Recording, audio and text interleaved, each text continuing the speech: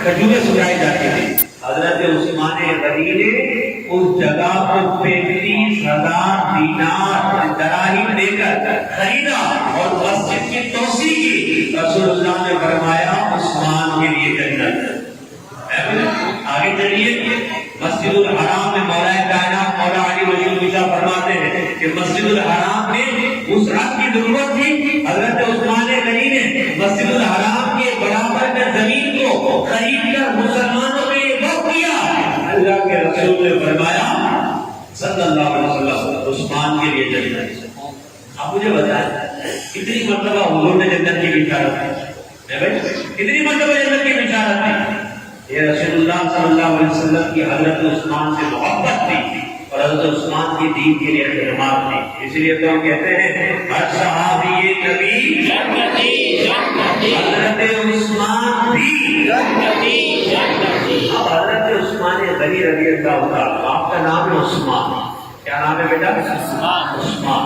آپ کے والد کا نام عفان, آپ کی والدہ کا نام عروہ. ٹھیک ہے.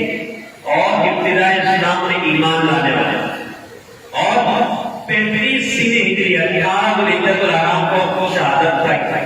یہ بڑا ایک طویل واقعہ. 12 سال خلافت پر متمکن رہے. مسلمان میں کون سے خلیفہ بنے؟ تیسرے. کون سے خلیفہ بنے؟ 12 سال خلافت پر رہے. حضرت عثمان غنی کون ہے؟ جنہیں جامع القرآن کہا جاتا ہے. کیا کہا جاتا ہے؟ اصل میں دیکھیں قرآن پاک کو صدیق اکبر رضی اللہ عنہ کے دور میں کتابی صورت میں جمع ہو گیا. حضرت فاروق اعظم نے مشورہ دیا, صدیق اکبر نے اس کا اہتمام کیا, زید بن ثابت رضی اللہ عنہ کو ذمہ داری دی اور تمام صحابہ کے بعد جو مختلف چیزوں پر یہ لکھا ہوا تھا قرآن اس کو جمع کیا گیا.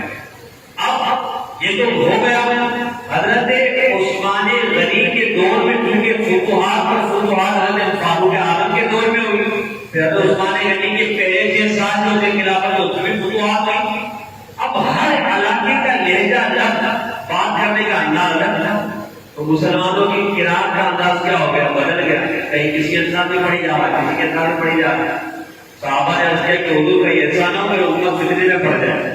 آپ امت کو ایک قرات قریش پر جمع فرما دیں. حضرت عثمان غنی نے تمام عالم اسلام سے قرآن پاک کے نسخے جمع کیے اور ان سب کو ایک قرات قریش پر جمع کیا اور پھر تمام نسخے دوبارہ دنیا اسلام کے گورنروں تک پہنچا دیے. اسے کہتے ہیں مصحف عثمانی. کہا جاتا ہے ہم جو پڑھتے ہیں وہ مصحف عثمانی ہے. تو حضرت عثمان غنی نے مسلمانوں کو ایک قرات قریش میں کیا کیا؟ جمع کر دیا. اس لیے آپ کو کہا جاتا ہے جامع القرآن, قرآن کو جمع کرنے والے. اب مجھے بتائیں قرآن جب ہم پڑھیں گے دنیا میں کوئی بھی پڑھے گا اس کا ثواب حضرت عثمان غنی کو بھی ملے گا, حضرت فاروق اعظم کو بھی ملے گا اور مولا صدیق اکبر کو بھی ملے گا. کیوں؟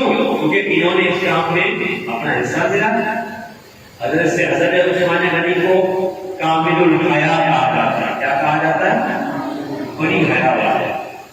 کیسی حیا؟ کہ آپ حیا کی وجہ سے اپنے گھر کے سب سے آخری کمرے میں غسل فرماتے اور اس وقت بھی حیا کی وجہ سے سمٹ جاتے ہیں. حیا حضرت عثمان نبی پاک فرماتے ہیں عثمان سے فرشتے بھی حیا کرتے ہیں.